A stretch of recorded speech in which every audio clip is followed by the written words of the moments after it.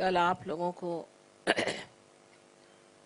मैंने बताया कि सहयोग से कुंडलिनी किस तरह सहज में ही जागृत हो जाती है, और उसके बाद आपको अनुभव भी आया कि वास्तविक बहुत सहज कार्य। सो प्रश्न ये उठता है कि बहुत से लोगों का कहना है कि अगर ये सहज कार्य है तो माँ पहले इतना कठिन क्यों था। ये कठिन कभी भी नहीं था। शिवाजी महाराज के गुरु रामदास स्वामी, उनसे किसी ने पूछा कि कुंडलिनी जागरण में कितना समय लगता है, तो उन्होंने कहा कि तत्क्षण, उसी क्षण हो जाता है, पर देने वाला भी चाहिए और लेने वाला भी चाहिए। देने वाले तो पहले बहुत होंगे पर लेने वाले कम होंगे। आज लेने वाले हजारों हैं और इसलिए कार्य इतने आसानी से हो रहा है। क्वेश्चंस नहीं दिए मुझे? क्वेश्चंस बाद में देंगे।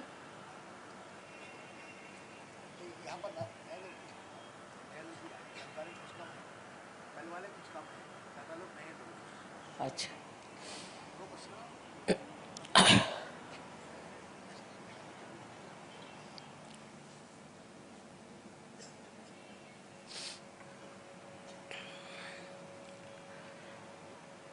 आज मैं आपको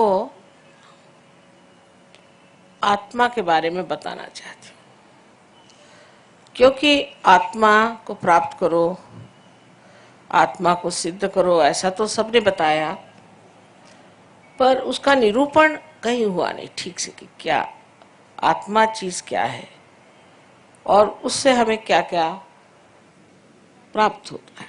इसके बारे में इतने विशद रूप से किसी ने बताया नहीं। शायद उस जमाने में इतने लोग नहीं थे।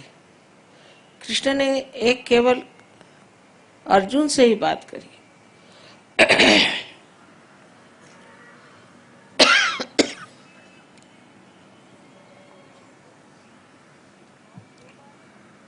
और जो बात अर्जुन से कही वो भी इस ढंग की है कि सर्वसाधारण बुद्धि का मनुष्य उसे नहीं समझ सकेगा, क्योंकि श्री कृष्ण एक डिप्लोमैट थे, डिवाइन डिप्लोमैट। वो ये जानते थे कि मनुष्य की खोपड़ी उल्टी बैठी, उसको सीधी बात बताएंगे तो कुछ समझ में नहीं आएगा, तो उल्टी तरफ से बात बताने से उसका दिमाग में बात आ जाएगी। नहीं, हजारों वर्ष पहले की बात है।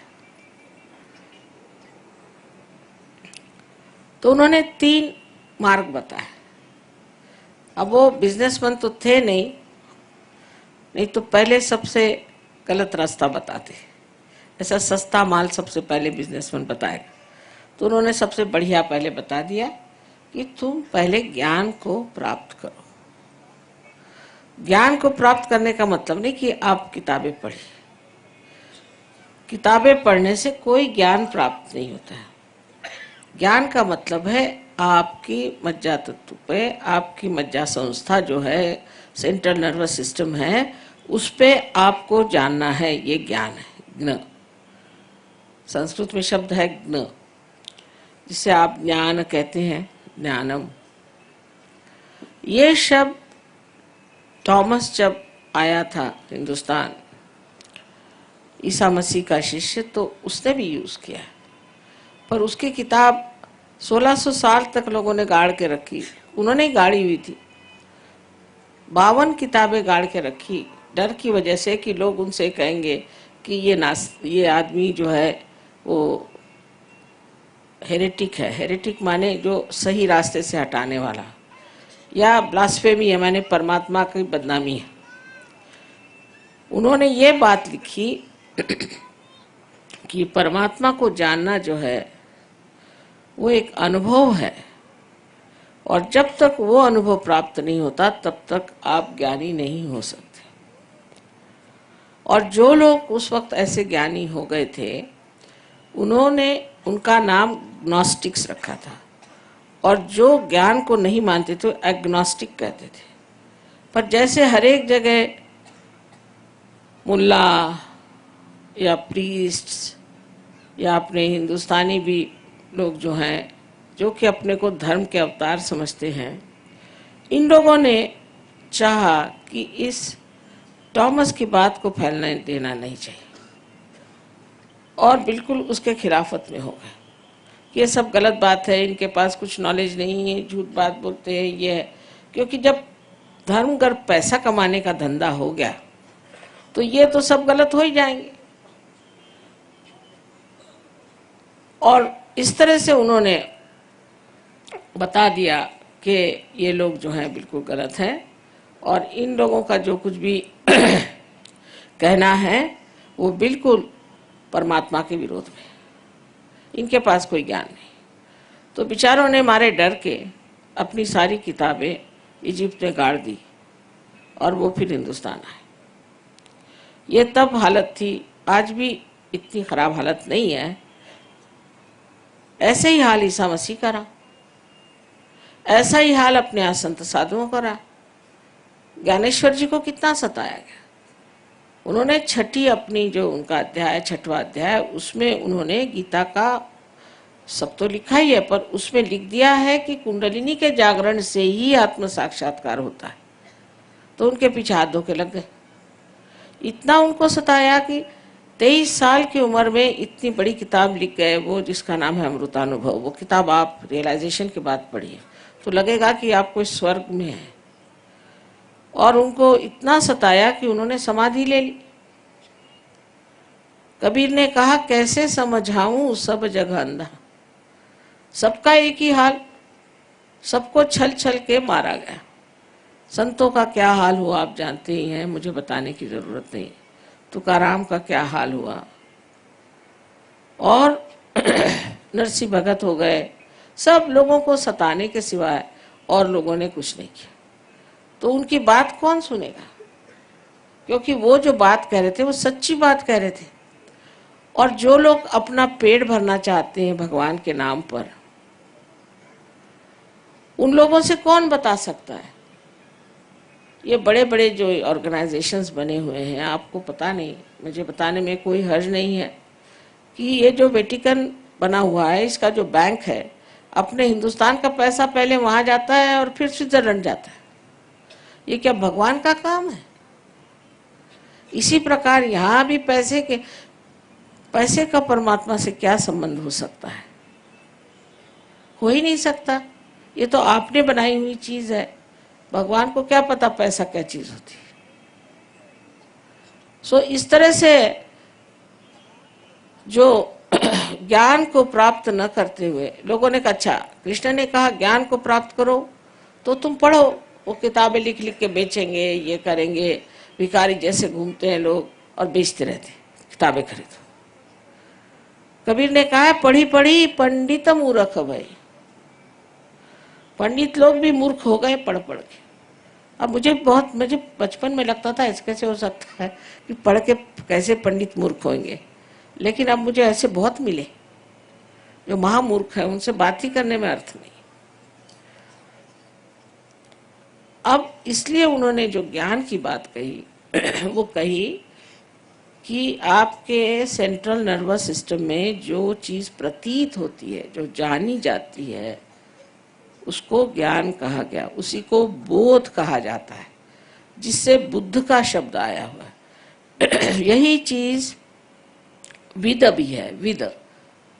विद से ही वेद आया, और वेद का जो पहला ही श्लोक है उसमें लिखा है कि इस सब को पढ़ने के बाद अगर आपको परमात्मा के बारे में विद नहीं हुआ तो बेकार। अब विद शब्द भी उसी से आया। लेकिन हम लोग तो सिर्फ बुद्धि के ही माध्यम से हर एक चीज जानना चाहते हैं। बुद्धि से परे कोई चीज है ये हम समझना नहीं चाहते। इसलिए कृष्ण पहले कह दिया कि तुम ज्ञान पे आओ। फिर उन्होंने दूसरी बात कही कि तुम कर्म करो। लेकिन उसमें भी फिर डिप्लोमेसी है, अगर आप सोचें तो, कि जो कुछ भी कर्म करो वो परमात्मा के चरणों में डाल दो। अब एक कोई मर्डर भी करके आके कह सकता कि भाई मैंने मर्डर किया और परमात्मा के चरणों में डाल दिया। ऐसा होता है कभी कभी, मैंने इसका मर्डर किया, मैंने उसका मर्डर किया, मैंने अब कन्फेशन दे दिया, हो गया काम खत्म। ये सब दिमागी जमा खर्च है। अगर मनुष्य अपने में ऐसा एक समाधान ले ले कि जो भी मैं करता हूं परमात्मा के नाम पे करता हूं, तो ऐसे आदमी को सिर्फ यही कहना चाहिए कि वो गलत फहमी में है, ये गलत धारणा दिमाग में बैठा ली है। हो ही नहीं सकता जब तक आप में मैं ये करता हूं ये भावना है, तब तक ये चीज हो ही नहीं सकती। ये भावना टूटनी चाहिए, और वो सिर्फ सहयोग में पार होने के बाद होती है। कि मनुष्य बोलता कैसे है फिर कि ये हो रहा है, ये जा रहा है, कुंडलिनी चढ़ रही है। ये नहीं कहेगा मैं चढ़ा रहा हूं, चढ़ रही है। तीसरे पुरुष में बात होती है, बोलने का ढंग ही बदल जाता है। खुद आकर मुझे बताएंगे कि माँ मेरा आज्ञा चक्र पकड़ा है, इसको साफ करना। इसका मतलब है कि मुझ में अहंकार चढ़ गया है। कोई आदमी कहेगा कि मुझ में अहंकार चढ़ गया, ऐसा है कोई आपको मिला आज तक? हिटलर भी नहीं कहेगा कि मुझ में अहंकार है, लेकिन वो खुद ही आके कहते कि माँ मेरा आज्ञा चक्र पकड़ा, इसे ठीक करना चाहिए, क्योंकि उसका सरदर्द हो जाता आज्ञा चक्र से। तो उसकी बातचीत ही और तरह की होती है, और वो जो भी कर्म करता है वो कभी कहता ही नहीं कि मैं कर रहा हूं, वो कहता कि नहीं सब हो रहा है, सब घटित हो रहा है, मैं तो सिर्फ उसे साक्षी स्वरूप से देख रहा हूं। ये कर्म की बात। अब भक्ति में भी उन्होंने किया, उन्होंने कहा कि फल पुष्प पानी कुछ भी तुम मुझे दोगे तो मैं स्वीकार करूंगा, वो तो अपने स्वीकार की बात है, लेकिन तुम्हारी भक्ति अनन्य होनी चाहिए। अब अनन्य शब्द पे खेल है। अनन्य माने जब दूसरा कोई नहीं होता, माने जब आप एकाकारिता में आ गए, जब आप उस विराट में समा गए तभी अनन्य होंगे ना, नहीं तो आप अन्य हैं। अनन्य होने का मतलब है कि जब आप पार हो गए, जब आपको आत्म साक्षात्कार हो गया, जब आप उस विराट के अंग प्रत्यंग हो गए, तब आप अनन्य हैं, तब भक्ति में अर्थ है। अब ये लोग जब आपके सामने गा रहे थे, इनकी भक्ति जो है वो पहुंच जाती, क्योंकि इनका कनेक्शन बना हुआ है। जिनका कनेक्शन ही नहीं बना है, अब बहुत से लोग आएंगे कहेंगे माँ हम तो शिव जी को इतना मानते हैं, शिव जी का इतना करते हैं, और हमें हार्ट अटैक कैसे आ गया अगर शिव जी हृदय में है? आपने तो शिव जी को सोचा कि जेब में रख लिया। अरे भाई, उनका नाम लेने से पहले आपको किसने परमिशन दी, किसने कहा कि अच्छा उनका नाम लो? एक घर किसी यहाँ के चीफ मिनिस्टर का ही नाम लेते, उसके घर पे आप जाइएगा तो पुलिस पकड़ लेगी आपको। और ये तो महादेव है, इनका नाम तुम ले रहे हो अपना, जैसे कुछ तुम्हारे जेब में बैठे कोई तुम्हारा नौकरी है, मेरा ये काम कर दे, तू ये काम कर दे, तू मेरा वो काम कर दे। तो ये भक्ति नहीं, अनन्य भक्ति।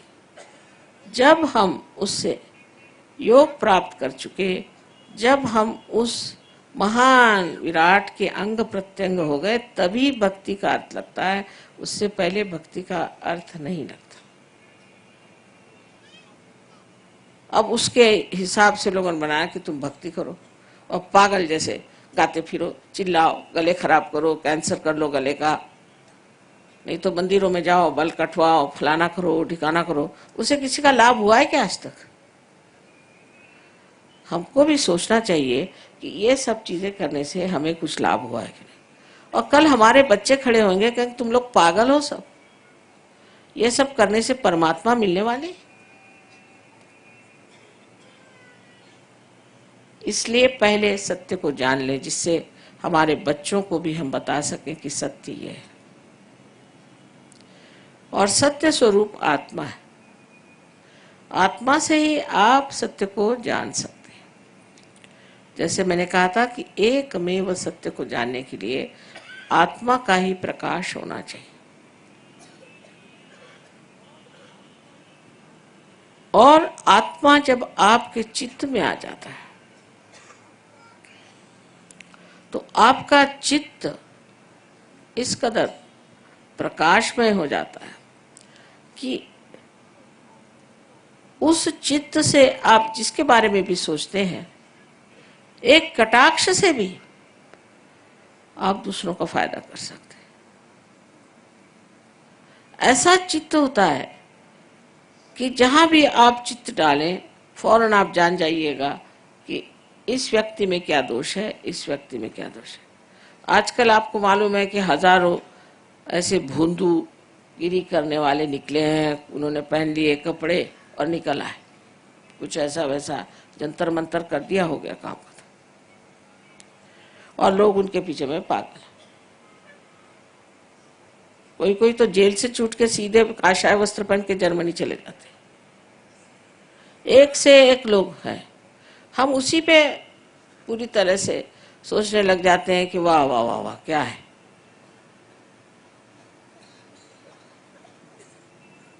लेकिन हमारा दिमाग लगाएं इस चीज पर, अच्छा बुद्धि से ही सोचें कि हमने क्या पाया, हमको क्या मिला। मैं माँ हूं, मैं पूछूंगी बेटे छोड़ो, तुमने ये गुरु माना है ना, अच्छा ठीक है, तुमको क्या मिला। वही गुरु को चिपके चले जा रहे हो। तुमको क्या मिला, तुमको कौन सी शक्ति मिली। किसी भी गुरु के पास जाने से कम तुम्हारी तंदुरुस्ती तो अच्छी रहे। इधर हार्ट अटैक आ रहे हैं, आंखें अंधी हो रही, किसी को कुछ हो रहा है, ऐसे गुरु किस काम के। मैं तो माँ हूं, मैं तो कहूंगी ऐसे गुरु छोड़ो, बेकार की चीज। ऊपर से रुपया पैसा चढ़ाओ, ये चढ़ाओ वो चढ़ाओ। सन्यासियों को रुपया पैसा काहे को चाहिए। तो ये जो भ्रम हमारे दिमाग में बैठे हुए हैं, इन भ्रम को निकालने के लिए भी हमारे अंदर आत्मा की जागृति हो तो हम फौरन समझ जाएंगे कि हमारे हाथ में ही हम समझ जाएंगे। उंगलियों के इशारे पे कोई आदमी आपके सामने खड़ा कर दीजिए, बड़े ढोंग रच के आया हो, फौरन आप समझ जाएंगे कि महा ढोंगी। मेरी नाती ने छोटी सी थी, 5 साल की, तो मेरी लड़की और दामाद गए थे लद्दाख।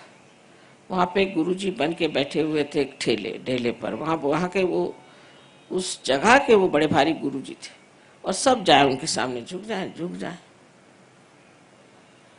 इससे रहा नहीं गया। फिर उसके माँ बाप भी गए, उन्होंने देखा सभी झुक रहे, मैं नहीं झुको तो कैसे। जाके खड़ी होकर उनके सामने सीना तान कहती कि तुम क्या सबसे पैर छुआ रहे हो, तुम तो पार भी नहीं हो। साफ कह दी। अब ये माँ बाप जरा गड़बड़ा गए कि ये कहते। एक बार रमन महर्षि के प्रोग्राम में मुझे बुलाया था। रमन महर्षि बहुत ही पहुंचे पुरुष थे, इसमें कोई शक नहीं। लेकिन उनके यहाँ डिसाइपल्स जो है भगवान ही बचा रखे, ना किसी में रियलाइजेशन है, नहीं किसी को अक्ल है, ना कुछ, ना किसी ने कुंडलिनी की बात करी, ना किसी ने कोई आत्म साक्षात्कार की बात, कुछ नहीं, बेकार की बात है। तो एक साहब बड़ा भारी चोगा पहन के बैठे थे, कोई रामकृष्ण आश्रम के कोई बैठे थे, बड़े भारी मठाधीश। तो हमारी ग्रैंड डॉटर एक थी, दूसरी वो बैठी थी, तो उसने देखा फिर उठ के खड़ी हुई सामने बैठी थी। बहुत से सहयोगी भी थे। नानी ये मैक्सी वाले को यहाँ से भगाओ, मुझे बड़ी गर्मी आ रही है, मैक्सी वाला। तो हमारी पहचान क्या, कौन को आपका गुरु हो सकता है। वही हो सकता है सदगुरु, वो ही जो साहिब मिली है। नानक साहब ने कहा है वही सदगुरु है जो आपको परमेश्वर से मिलाता है, जो सिर्फ परमेश्वर की बात करता है, आत्म साक्षात्कार को ही सब कुछ समझता है, वही सदगुरु है। और जिसको आप खरीद नहीं सकते, जिसको आप खरीद सकते हो आपका नौकर चाकर, उससे भी बदतर है।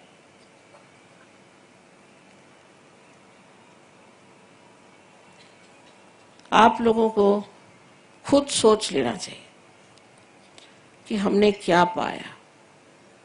आत्मा के बल से आप जान जाइएगा कि कौन सच्चा है और कौन झूठा है, और कौन हमें परमात्मा से मिलाता है। हाँ, अगर आपको और गलत सलत काम करने होए तो दूसरी बात है, वो मेरे पास नहीं। जैसे इसको मार डालो, उसको कत्ल कर दो, ये कर दो, ये तांत्रिक पना, ये मेरे पास नहीं। पर अगर आप परमात्मा को वास्तव में खोज रहे हैं और उसमें सच्चाई है, तो पहले ये सोचो कि हमने क्या पाया, हमें क्या मिला। ये बड़ी सोचने की विचार की बात है। मैं 1970 साल से इन लोगों के बारे में सबसे बताती आ रही, तो उन्होंने जाके बता दिया कि माँ आपको लोग मार देंगे। मैंने कहा मुझे मारने वाला अभी तक पैदा नहीं हुआ। किसी ने मेरे ऊपर केस नहीं की, किसी ने कुछ नहीं किया, सब चुपचाप बैठे, क्योंकि सच्चाई मुझे मालूम है। मैं तो उनके मुंह पर कह सकती हूँ कि तुम लोग सब झूठे हो, सबको बेवकूफ बना रहे और सबका पैसा खा रहे हो, और नर्क में ये जाएंगे और उनके साथ उनके डिसाइपल्स भी जाएंगे। ये लोग कभी आपस में झगड़ा नहीं करते। क्राइस्ट ने कहा है बहुत साफ कि सैतान will not speak against his own house. सबने एक एक कमरा ले लिया है। अरे भैया तू भी चलने दे अपना धंधा और मुझको भी चलाने दे, मेरे बारे में तू कुछ मत कहना, और मैं भी तेरे बारे में, तू भी अच्छा और मैं भी अच्छा। दोनों हाथ से हम पैसा इकट्ठा करें। सिर्फ पैसा ही इकट्ठा नहीं करते, आपकी कुंडलिनी खराब कर देते हैं, आपका शारीरिक आपको तकलीफ दे देते हैं। इनको क्या अधिकार है आपकी कुंडलिनी खराब करने का,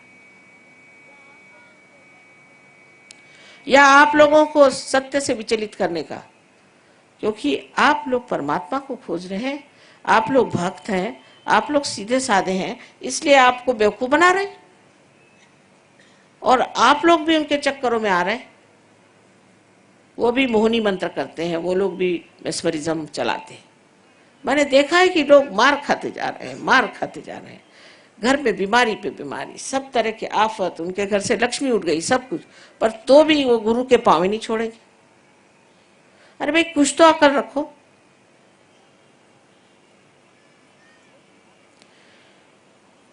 लेकिन आत्म साक्षात्कार के बाद आप समझ जाएंगे, मुझे कुछ कहना नहीं पड़ता, आप अपनी बात कहेंगे भगवान बचा। अभी आपने डॉक्टर तलवार को देखा होगा, कल ऐसे ही चक्कर में थे, वो जो भागे वहां से, तो उनका सारा खानदान, उनके सारे मित्र सब भागते, बड़े बड़े नाम, बड़े बड़े उनके घर, बड़े बड़े महल, ये सब होंगे। इससे कोई भगवान मिलने वाले हैं? आप इस चीज से सतर्क हो जाए, क्योंकि आप लोग विशेष लोग हैं। इस वक्त आपका जन्म हुआ है, आपको परम पद मिलने वाला है, और आप कोई सर्वसाधारण लोग नहीं कि जो अपने को ठगा लें या आपको नाश की ओर ले जाए।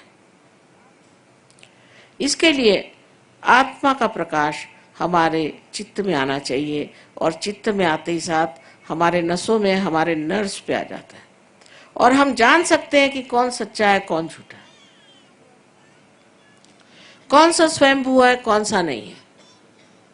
हर एक चीज को हम खूब अच्छे से पहचान सकते हैं, क्योंकि अब हमारे अंदर अंधापन नहीं रह गया, अब हमारी आंखें खुल गई। यह आत्मा का बड़ा भारी आशीर्वाद है, क्योंकि उसके प्रकाश के बगैर हम परमात्मा को प्राप्त ही नहीं कर सकते।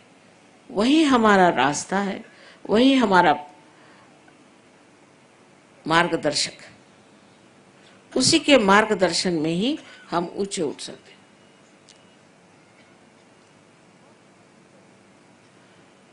और सबसे बड़ी चीज आत्मा की जो है वो ये कि आपको वो आनंद के सागर में ढकेल लेता है।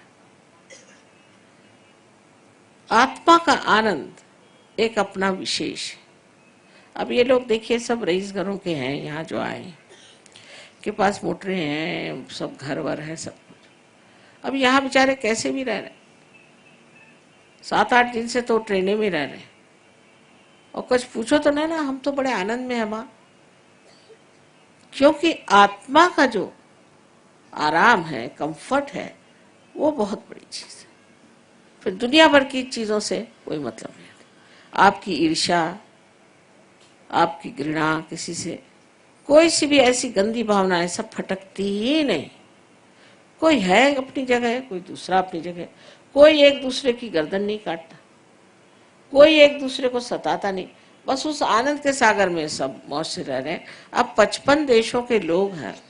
गणपतिपुणे में हमारा सेमिनार होता है जहाँ सब आएंगे। अभी भी आए हैं पर और आने वाले। ये कभी लड़ते नहीं आपस में, कभी झगड़ते नहीं, कोई नोच खसोट नहीं, कोई कभी झूठ बोलना नहीं, कोई पैसा खाना नहीं, कुछ नहीं कुछ नहीं कुछ नहीं। जब ऐसे लोग तैयार हो जाएंगे तो ये सब लड़ाई झगड़ा खत्म हो जाएगा। धर्म के मामले में सब धर्मों में हमारा विश्वास है। एक ही धर्म को लेकर बैठे, हमारा ही धर्म सबसे अच्छा है, हो गया झगड़ा शुरू। आपका धर्म का सबसे अच्छा है तो क्यों नहीं सारी दुनिया में आपने शांति प्रस्थापित कर दी। तो ये हम लोग विश्व धर्म के मानने वाले हैं, क्योंकि आत्मा विश्वव्यापी है। सबके अंदर एक ही परमात्मा का प्रतिबिंब है और सब लोग सामूहिक हैं और सारे विश्व में का हृदय में एक ही आत्मा का प्रकाश है। तो फिर हमारा कैसे धर्म अलग हो सकता है? हमारे यहाँ मुसलमान भी हैं, ईसाई हैं, जूस हैं। अब जूस लोग ईसा मसीह को नहीं मानते, ईसा मसीह को मानते हैं। मुसलमान लोग गणेश जी को मानते हैं। यहाँ पर भी एक दो आए हुए। और हिंदू लोग मोहम्मद साहब को मानते हैं, क्योंकि उनकी खूबियां हमें पता नहीं। जैसे घोड़े को बांध देते हैं ना ब्लिंकर्स, ऐसे हम लोगों ने बांध लिया हमारा धर्म सबसे अच्छा। फिर जो धंधा करना वो धंधा करो, उसमें कोई हर्ज नहीं, कोई से भी धंधे करने में हर्ज नहीं। पर हम ये हैं, हम इस जाति के। विश्व धर्म की स्थापना अब हो गई और ये लोग सब विश्व धर्मी हैं। हर धर्म का मान है, हर तरह के लोगों का मान है, हर देश के लोगों का मान है।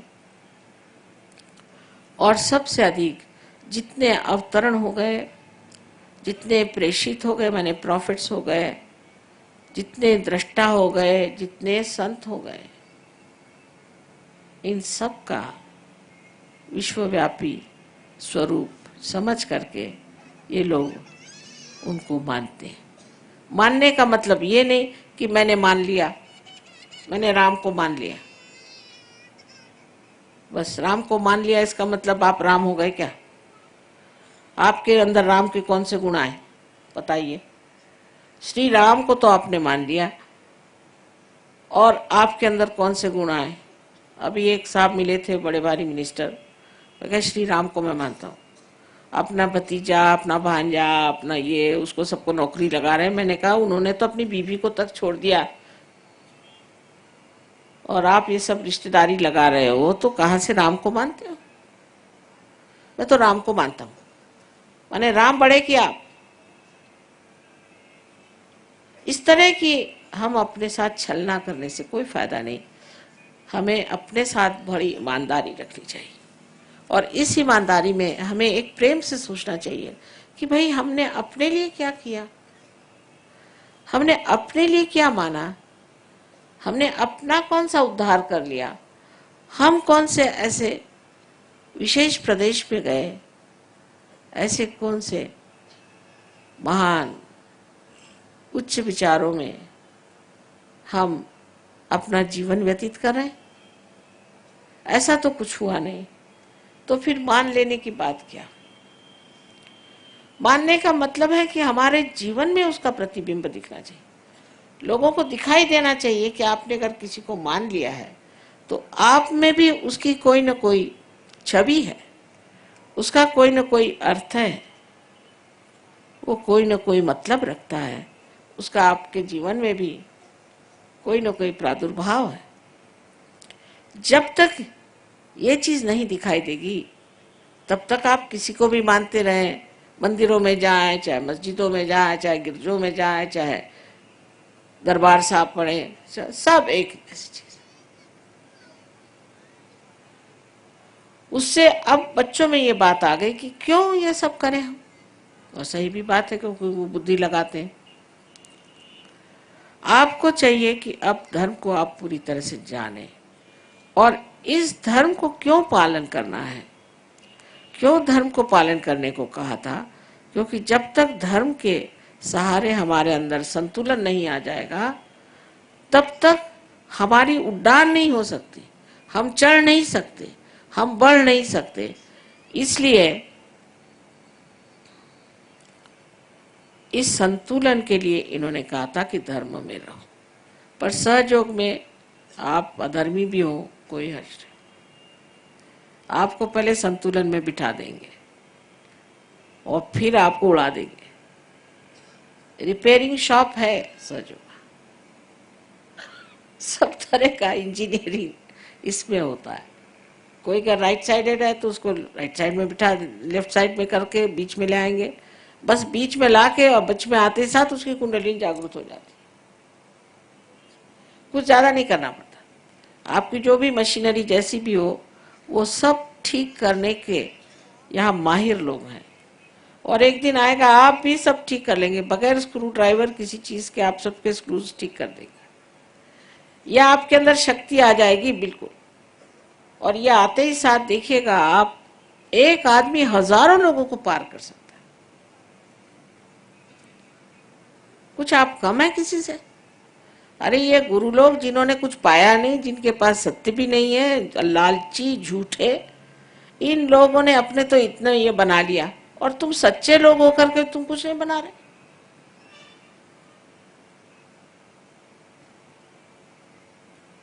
अपनी शक्ति को जानो।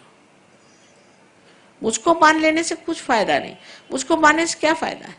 कुछ भी नहीं।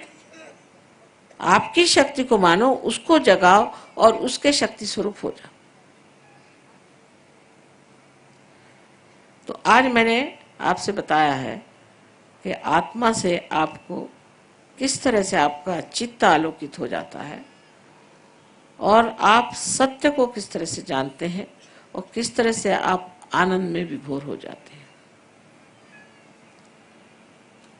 ये सब चीजें वास्तविक में होती हैं। ये कुछ मैं ऐसी बातें नहीं बता रही हूँ कि जिससे बच्चों को माँ भुलाती रहती है। वास्तविक सच्ची बात है, और ये सब आप सब कुछ प्राप्त कर सकते हैं, बहुत आसानी से प्राप्त कर सकते हैं। सिर्फ ये है कि अपने साथ सच्चाई रखो और अपने को किसी के हवाले मत कर दो। अब क्या करूं, मैं इस गुरु का शिष्य हूं। क्या तुम इसलिए पैदा हुए थे कि इस गुरु के शिष्य बने रहो जिंदगी भर? तुम किस लिए पैदा हुए थे? नाम आनंद और शक्ल देखिए तो ऐसी कि अभी कब्र में जा रहे। तुम्हारे माँ ने पता नहीं क्या सोच के तुम्हारा नाम आनंद रखा था। पता हुआ उस गुरु की मैं सेवा कर रहा था वहां, तो ऐसा ही हाल हो गया मेरा, कैंसर से मर रहा हूं। अगर तुम कैंसर से मर रहे हो तो तुम्हारा गुरु क्या कर रहा है?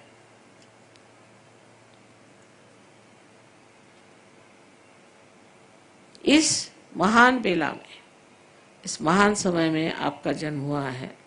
आप बड़े भाग्यशाली हैं, और इस भाग्य को समझ करके अपने स्वरूप को पहचानो, अपने को जानो, आत्मबोध को प्राप्त कर लो, और उसके बाद मैं देखूंगी कि आपका क्या हाल होगा। एक से एक लोग तैयार होंगे।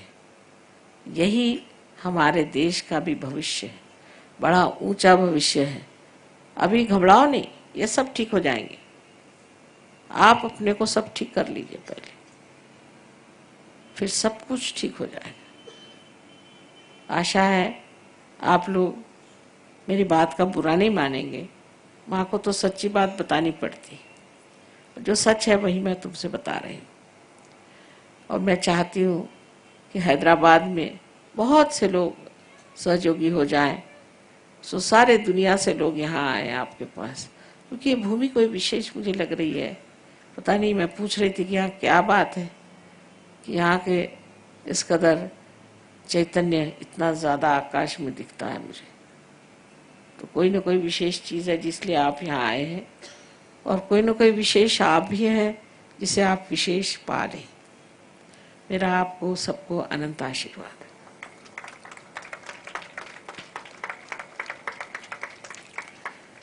मैं 1 साल बाद आऊंगी, मेरा तो साल से पहले आना होता नहीं है, लेकिन तब तक आप लोग बड़े बड़े वृक्ष हो जाइए।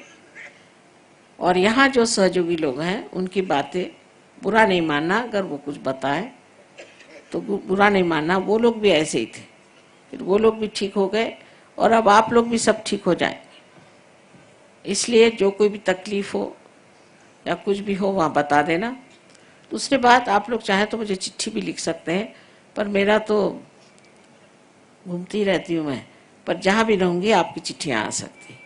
पर सबसे बड़ी चीज़ है कि आप इसमें लगन से इसको प्राप्त करें। सारा ज्ञान आपको फ्री मिलेगा, बिल्कुल उसमें कुछ करने का नहीं, पर आपको थोड़ा सा समय देना पड़ेगा।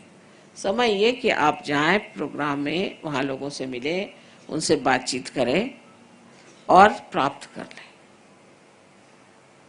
अब इसके बाद हम लोग कुंडलिनी जागरण का प्रयोग करेंगे। जिन लोगों को कुंडलिनी जागरण नहीं चाहिए उन पे बिल्कुल जबरदस्ती हो ही नहीं सकती, क्योंकि ये जीवंत क्रिया है। मैंने कल भी कहा था, जैसे एक बीज है, उसको अपने ही आप पनपना पड़ेगा, उसके लिए कोई जबरदस्ती आप नहीं कर सकते। इसी तरह से जिनको मन में शुद्ध इच्छा है कि हाँ मेरा आत्म साक्षात्कार हो जाए, आत्मबोध हो जाए, वही लोग बैठे, और बाकी लोग जो हैं वो न रहे तो ही अच्छा है। क्या कर रहे थे प्रश्न के लिए?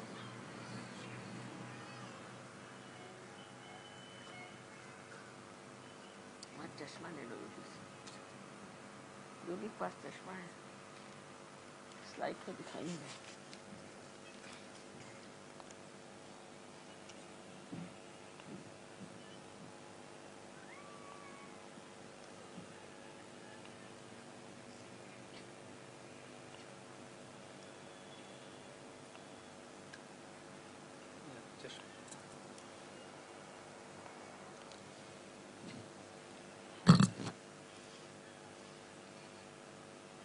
अब इन्होंने पूछा है, पहला प्रश्न है, please explain what is mind, मनस। अब टाइम तो है नहीं ना ये सब चीज़ों का, पर मैंने इस पर बहुत से लेक्चर्स दिए हैं। सोचिए, अंग्रेजी भाषा में ही कोई 3-4 हज़ार तो उसमें होंगे, हिंदी भाषा में कोई 5,000 लेक्चर्स दिए, और आपको ये सब टेप्स मिल सकती हैं। आप जो भी जानना चाहें उन टेप से जान लीजिए, क्योंकि टाइम नहीं, बड़ा सब्जेक्ट बहुत बड़ा आपने लिया। Why a human being is objected to cosmic illusion? ये प्रश्न ठीक है कि माया क्यों, मनुष्य पे माया क्यों आती है। उसमें यह है कि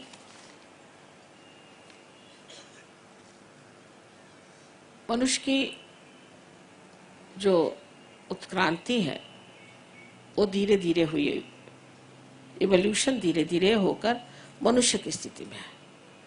अब मनुष्य की स्थिति आने पर उसे एकदम से स्वतंत्रता दे दी गई कि अब तुम खोजो। अब वो उसमें गलती करता है, कभी ठीक चलता है, कभी, जैसे समझ लीजिए मोटर आप चला रहे हैं, तो पहले आप कभी ब्रेक चलाते हैं तो गाड़ी नहीं चलती, एक्सेलरेटर दबाते हैं तो बड़े जोरों में गाड़ी चलती थी, फिर वो बैलेंस करते हैं। तो सीखने के लिए जरूरी है कि इल्यूजन हो, नहीं तो आप सीखेंगे ही नहीं।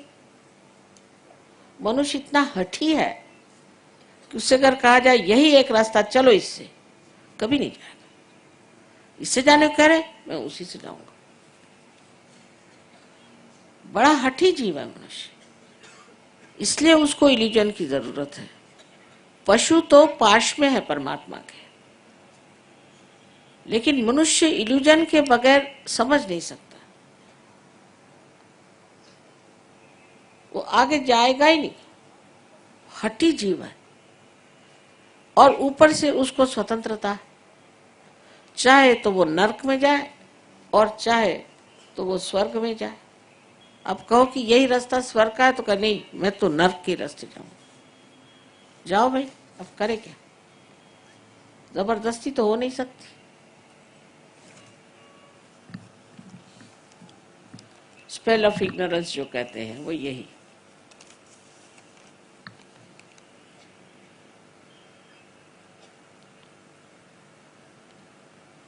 हाँ हाँ, इन्होंने पूछा है सर्वाइकल स्पॉन्डिलाइटिस सहयोग से ठीक होता है? बिल्कुल ठीक हो जाता है, इसमें कोई बात नहीं, बिल्कुल ठीक हो जाता है।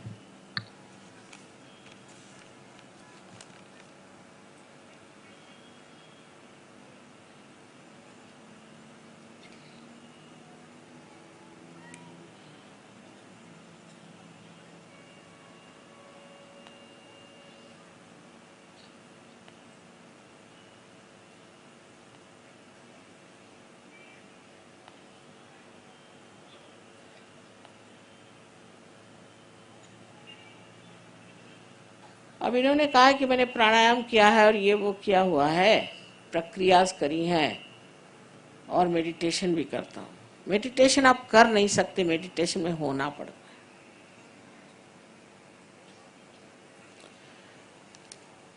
कोई कहे कि मैं मेडिटेशन करता हूँ तो वो भुलावे में। जब मनुष्य मेडिटेशन में होता है तो वो निर्विचार समाधि में रहता है, विचार नहीं आते, और वो पूरी तरह से जागरूक होता है, अवेयर। इसलिए थॉटलेस अवेयरनेस कंप्लीट, ये स्थिति आ जाती। दूसरे रहे प्राणायाम। प्राणायाम से सिर्फ ईगो बढ़ेगा और कुछ नहीं होगा, कि प्राणायाम भी शारीरिक एक चीज है। ये सब करने से अगर परमात्मा मिल जाए तो जिस आदमी को दमे की बीमारी है वो तो पहले पहुंच जाएगा, वो तो सुबह शाम प्राणायाम ही करते रहता है। प्राणायाम हम भी कराते हैं, लेकिन सब चीज का बड़ा साइंस है।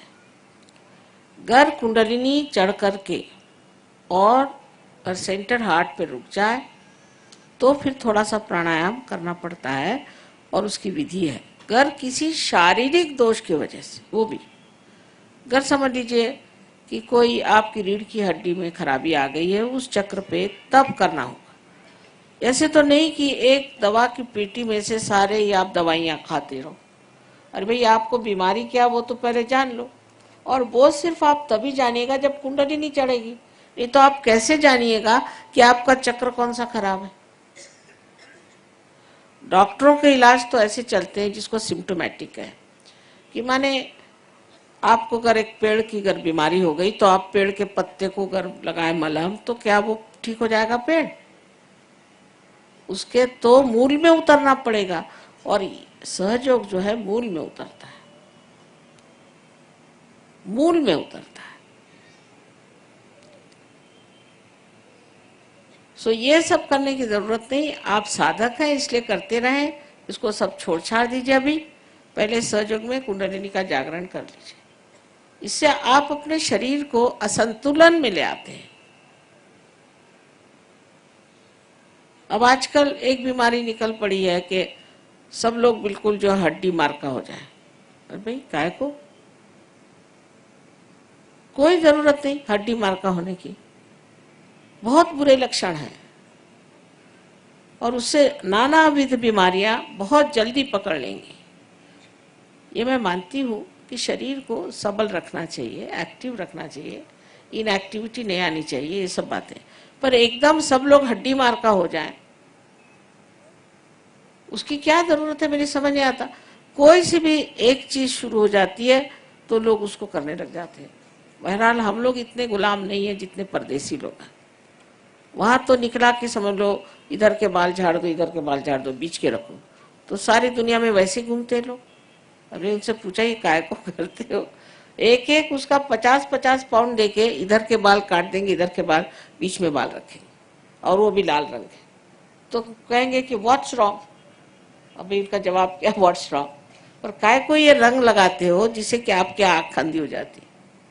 फिर कोई फैशन चला कि बिल्कुल टाइट पैंट पहने के, इतनी टाइट कि आप उतार ही नहीं सकते 8-8 दिन, पता नहीं नहाते भी उसी के साथ, इतनी टाइट। उससे वेरिकोज वेन्स हो गए। तो आप चला कि लूज पैंट पहनो, तो इतनी लूज कि आप गिर जाएंगे उससे। तीसरा चला कि आप होली पैंट्स करो, उसमें होल्स बनाओ, तो सारे लोग होल्स वाली पैंट्स पहन के ऑफिस में जाते। और इतनी ठंड उस लंदन में, वहां आप होल वाली पैंट पहनने की क्या जरूरत है। आप लोग इतने अभी गुलामी में नहीं, भगवान की कृपा से हमारे परंपरा ट्रेडिशन ऐसी है कि ऐसी बेवकूफ़ी की चीज़ गाए ना तो वो कहेंगे अरे भाई तुम ही करो, हम कर बस का नहीं। अभी मैं तो विलायत उधर बहुत रही हूँ, तो मैं तो फिर समझ नहीं आता कि औरतें तो और भी सत्यानाश।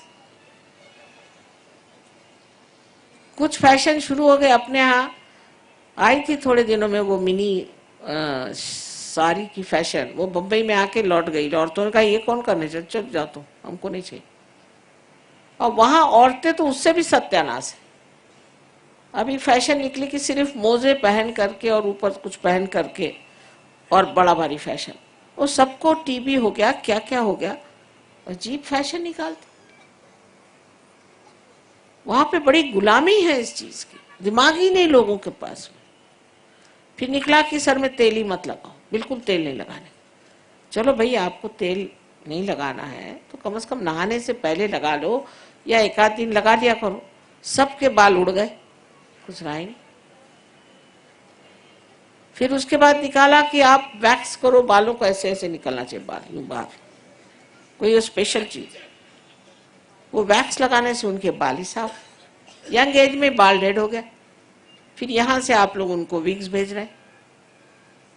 अजीब बेवकूफ पना है। आप लोग उनको बहुत समझदार समझते हैं तो बड़ी गलत फहमी है। बेवकूफ लोग कि आप उन लोगों से अगर समझे तो कहेंगे कि इनको तो कोई मैच्योरिटी नहीं। अब अमेरिकन हैं, इतने जैसे कोई अल्हड़ लोग नहीं होते वैसे बेवकूफ है यहाँ से वहां तक। अब उनकी वो जो भाई एलिजाबेथ टेलर है, उसने 8वीं शादी करने के लिए बेचारी वो खड़ी हुई, पता नहीं वो भी क्या बूढ़ा, और उसका 20 साल छोटा आदमी। लेकिन वो जो हनीमून में जा रही थी तो उसको देखने के लिए हजारों लोग वहां गए, इससे डबल। अच्छा ये तो कुछ भी नहीं, वहां 10 हेलीकॉप्टर्स ऊपर घूम रहे थे, और ऊपर से पैराशूट गिरे, कुछ तो लोगों पे गिरे और कुछ गिर गए। वहां पे जो पेड़ थे वो पेड़ भी टूट गए। जैसे अपने यहाँ मेले नहीं लगते, ऐसा मेला लगा था। ऐसे बेवकूफ लोगों से आपको क्या सीखना है। मां बेवकूफ है।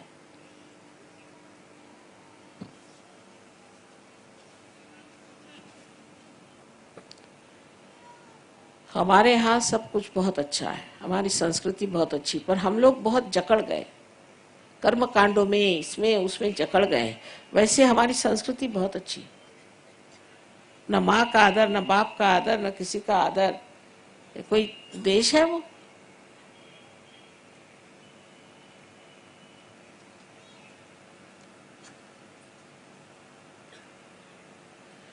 तो ये सब प्राणायाम प्राणायाम बंद करिए, इसमें कुछ रखा नहीं।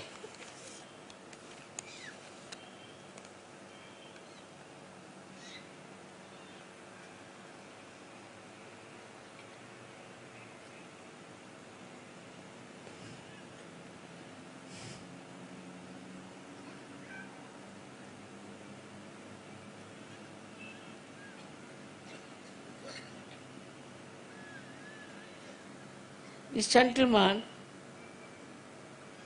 the one who has told me that they are saying that they are calling him mad and all that, he should come to Sahaja Yoga. You can get cured and everything will be all right.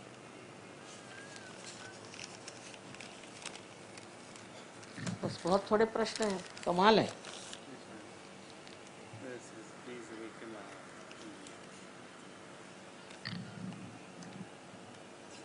ये बहुत अच्छा प्रश्न है।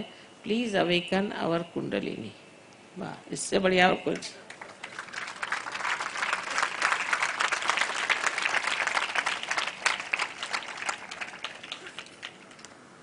यही सबसे अच्छा प्रश्न है। इससे अच्छा प्रश्न और क्या हो सकता है मेरे लिए। हाँ जी, सुनाई नहीं दिया। हाँ,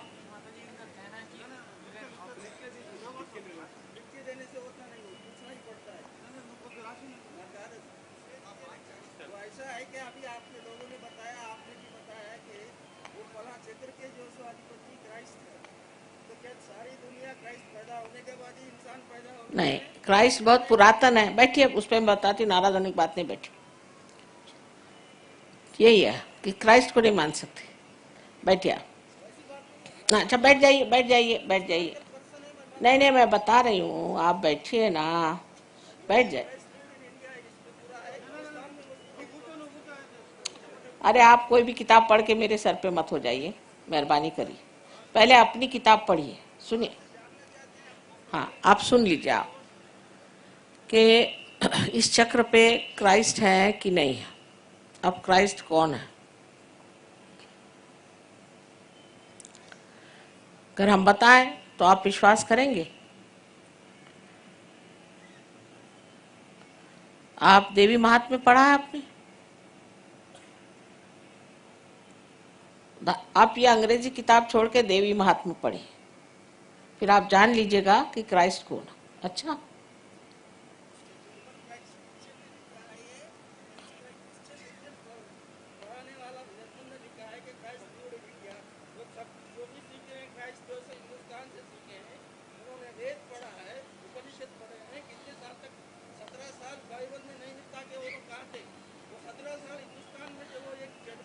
तो मैं कब नहीं कह रही हूँ, आप क्यों बिगड़ रहे हो? बिल्कुल यहाँ आए थे। आप बैठ जाइए, बैठ जाइए। ना ना ना, आप बैठिए, बैठिए। कौन कह रहा है कि वो यहाँ नहीं आए थे? मैं कह रही हूँ क्या? मैंने ऐसे कहा क्या? उल्टा उनको शालीवाहन मिले थे और शालीवाहन ने पूछा कि तुम्हारा नाम क्या? तो उन्होंने कहा कि मेरा नाम ईसा है, लेकिन मैं उस देश का हूं जो मेरा देश नहीं, मेरा देश ही है।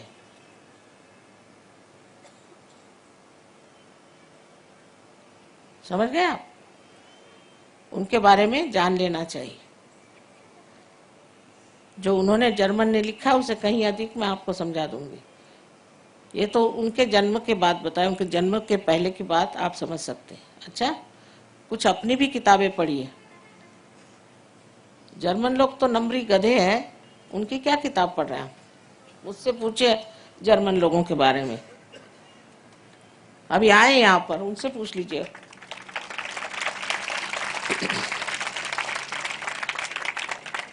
अभी इस जर्मनी को इधर कर दिया, बड़ा नुकसान हो जाएगा। वो सबको मार पीट रहे हैं, वहाँ जितने भी और लोग गए हैं वहाँ, उनको मार पीट रहे हैं। सहयोग में आने के बाद जर्मनी के लोग एकदम नरम हो गए। आप विश्वास नहीं करेंगे कि जर्मन है। पढ़ने लिखने में तो बहुत तेज है। सबसे ज्यादा तो उन्होंने बेवकूफ जैसे कुंडलिनी पे ही लिखा है जर्मन वालों ने। वो क्या समझने की बात है? उन्होंने कहा कुंडलिनी पेट में होती है, तो जर्मन ने लिखा है इसलिए मान लेना चाहिए क्या? इतनी बड़ी किताब लिखी।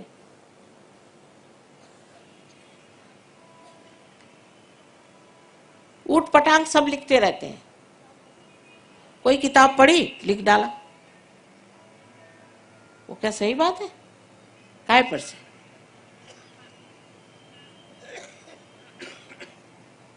वो लोग नहीं मानते, हम ही लोग उनको मानते हैं, वो लोग नहीं मानते। एक से एक ऊट पटांग वहां लोग हैं। मैं कहा कह रही हूँ कि ईसा मसीह यहाँ नहीं आए थे। ऐसी बात तो नहीं, आए तो थे, अनादिकाल से यही है, लेकिन उनको समझने की जरूरत है। सबको समझने की जरूरत है। किताब से नहीं समझ सकते, आप कुंडलिनी से समझ लेंगे। अब सोचिए कि जूस लोग अगर ईसा ईसा को मानने लगे तो कोई ना कोई बात तो है। उनकी अकल कैसी आ गई?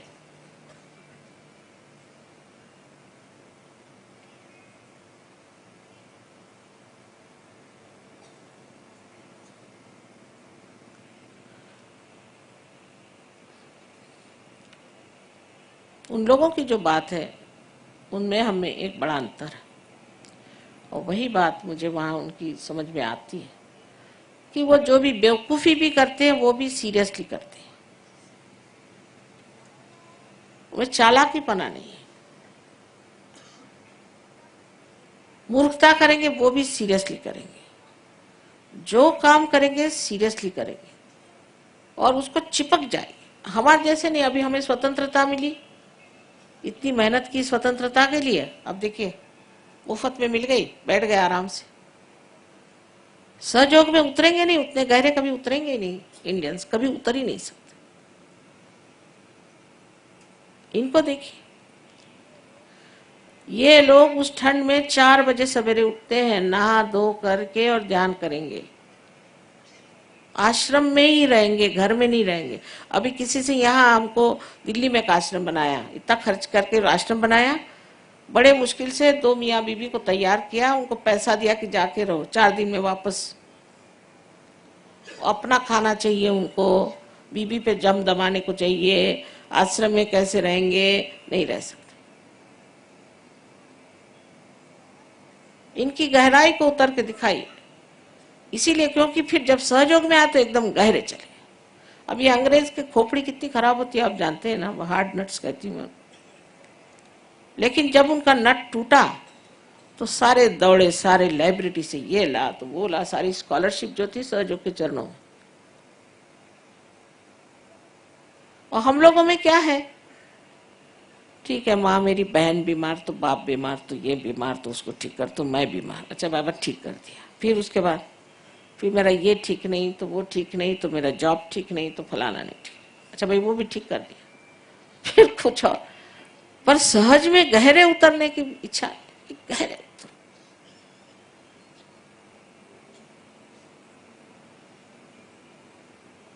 हाँ, पर अगर मंदिरों में जाना होगा वहां चल जाए, उसके लिए है, पर अपने प्रति नहीं, अपनी श्रद्धा नहीं। इनको अपना हित समझता है, ये हमारा बड़ा फर्क है। अगर हम लोगों को अपना हित समझे ना तो अपना देश ही बदल जाए। हम लोग को अपना हित ही नहीं समझता, किस चीज में अपना हित है।